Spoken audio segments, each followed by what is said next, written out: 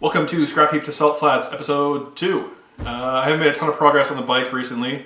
I didn't get my garage finished before winter, and it's been colder than a snowball in hell recently, so I haven't done a ton to it. But I did order a lot of parts. So these are some of the parts that I got from Common Motor Collective. If you have a CB350, 360, 450, or 550, I think, they have pretty much everything you need to get it back on the road. They aren't paying me to say that, but they are awesome guys. And they've got like reproduction CB350 stock air filters, which are impossible to find anywhere else. Lots of things like that. And the prices are great too, so you won't break an arm or a leg paying for parts. Up until now, I haven't said what class I'm running in, but it is time to cut to the wild goose chase. I didn't want to spill the beans out of the bag too early, but I guess now is the time. So I'm going to be running in the Bonneville Speed Trials. That's going to be in August 2019, and I'm going to be running in the vintage, production, and under 350cc class. So vintage means it's older than 1981, which it is. Production means it's got to be basically a stock bike. There's a few modifications that are allowed, but not too many. We'll get into those later. And under 350cc's, and the CB350 is actually 325cc's, so we're all good with those. The record is 80.102 miles per hour. If you use a logical method of measure, that is about 128 kilometers an hour, so it's not overly fast. So let's take a look at what I'm going to use to turn this $300 scrap heap into a machine that I hope will beat a national record. I don't want to just beat the record though, I want to destroy it. I don't want to just scrape by the skin of a cat. Achieving high top speed isn't rocket surgery, but there is more than one way to slice bread, as they say.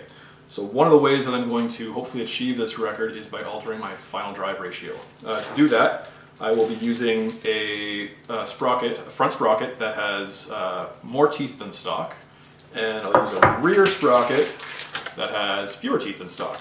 So what that will do is increase my top speed, but it'll come at the cost of acceleration. So I kind of got to find a balance. I got to be able to achieve that top speed. I got to accelerate enough that I can actually hit that top speed, but I got to get the gearing so that I can actually hit a speed that will break the record. So the bike isn't going to fly off the line like a flying pig through a china shop, but it will get up to speed eventually. So again, I have never attempted a speed record like this before, so do take all of my advice with a grain of fish from the sea. When it comes to going fast, you don't want to hatch all of your chickens in one basket, so I'm also going to need more horsepower. To do that, I am going to install oversized pistons. That will bump the displacement up a little bit. So these are slightly bigger than stock. They're still within regulations though. The regulations are pretty tight. So I'm going to need a machine shop to actually bore out my engine a little bit. Just so these pistons fit like a mitt. And once the machine shop does that work, I might have them assemble the engine as well, or I might do it myself. I'm not really sure yet, but I will burn that bridge when I come to it.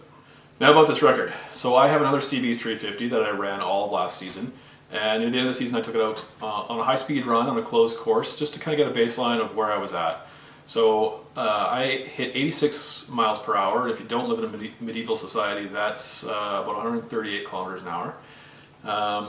And this bike has low compression because it's older, it's never been rebuilt, doesn't have oversized pistons, it's just got stock ones.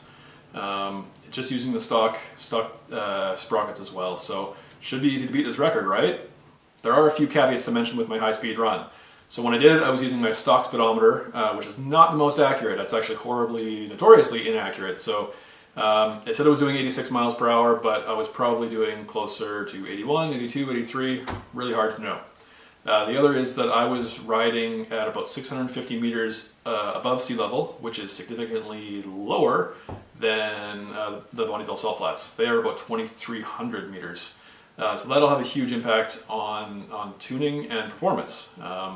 And also it was about 15 degrees Celsius, which is something in Fahrenheit that I don't know. Whereas the Salt Flats will probably be mid-30s Celsius to maybe 40. Again, I don't know what that means in Fahrenheit, but you can figure that out online. And the other major issue is I was running on pavement, whereas in Bonneville I will obviously not be. I'll be running on salt, which has less grip, more slip, and you won't be able to run as fast. So will it all balance out? only time will fly. So I've got a lot of work ahead of me. It's going to be a bit frantic once this build actually gets going. Right now it feels kind of like the calm before the blue moon. But I'm going to have more updates coming soon as I start actually progressing on the bike. And do remember that this is a fundraiser for the Children's Wish Foundation. So if you can donate, please do. I'll have a link below. And if you can't donate, that's cool too. Just like, share, subscribe, all those things that every YouTuber tells you to do. That would be great, and I will catch up with you soon.